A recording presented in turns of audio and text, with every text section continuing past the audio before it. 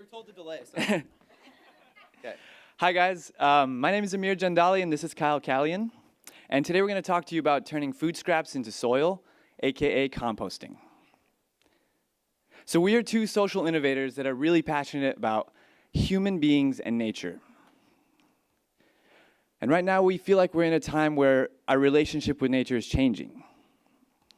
We're seeing a lot of the negative side effects of this in the form of massive pollution and global warming.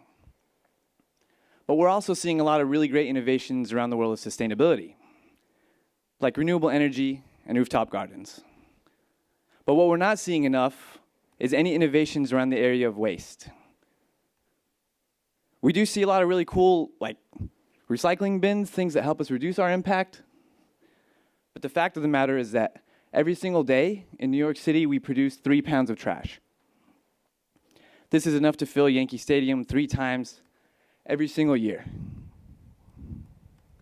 And this costs the city $2.6 billion to collect, which is enough to buy 325 million burritos. And that many burritos is enough to feed everyone in New York City a burrito every day for a month. A lot of burritos. A lot of burritos. So why are we wasting so freaking much? Because it's virtually impossible to not make waste in this city.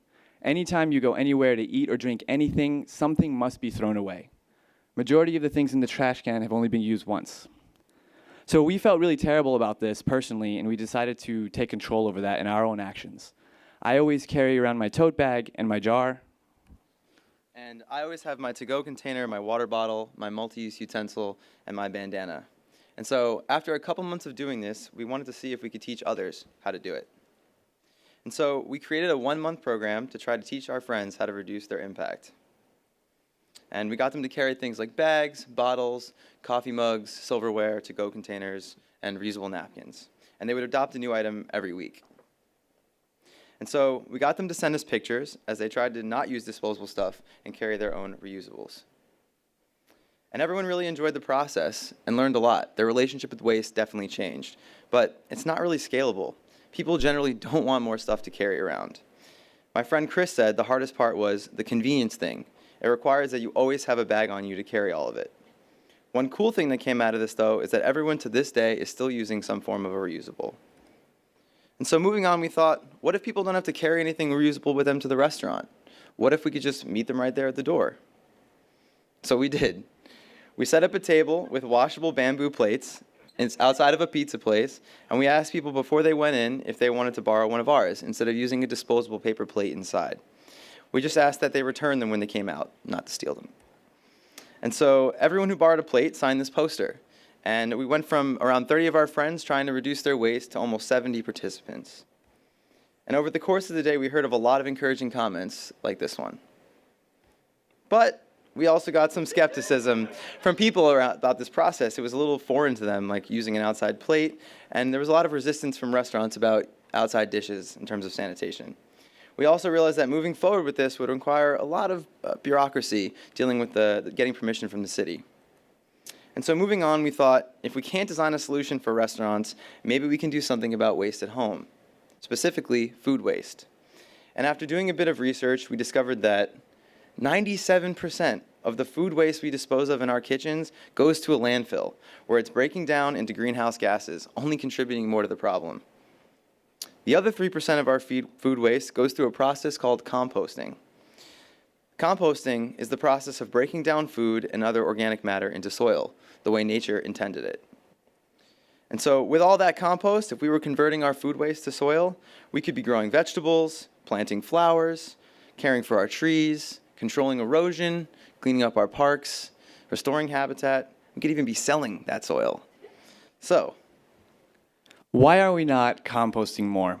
Why is this number so low, given all the benefits? Well, because right now, this is the only thing you can do with your compost. You either live in a select neighborhood in New York City that offers the organics collection program, you take your compost to a community site or a community garden, which involves knowing where it is and what time they're open, or you have to physically take it to the farmer's market. So what we identified is that the biggest barrier in composting is that it's remarkably inconvenient and kind of don't want to take it. So as designers, what if we did something in this opportunity space? What if we went around and physically picked up people's compost and took it to the market for them? And that's exactly what we did. The two of us got on our bikes, called up some friends at Compost, picked up their stuff, and took it right to the market. We collected 7 bags, which is enough compost to make enough soil to make around 34 pounds of food. And this is what 34 pounds of burritos looks like. All that we recovered in one morning, with just the two of us on 2 bikes riding around Lower East Side. And the fact of the matter, there's a huge opportunity here because any given day, there are 200,000 bikes riding around the streets of New York City. So what would happen if we at least tapped 1% of them? And so our job as designers was to engage these bikers and to create a compost pickup service.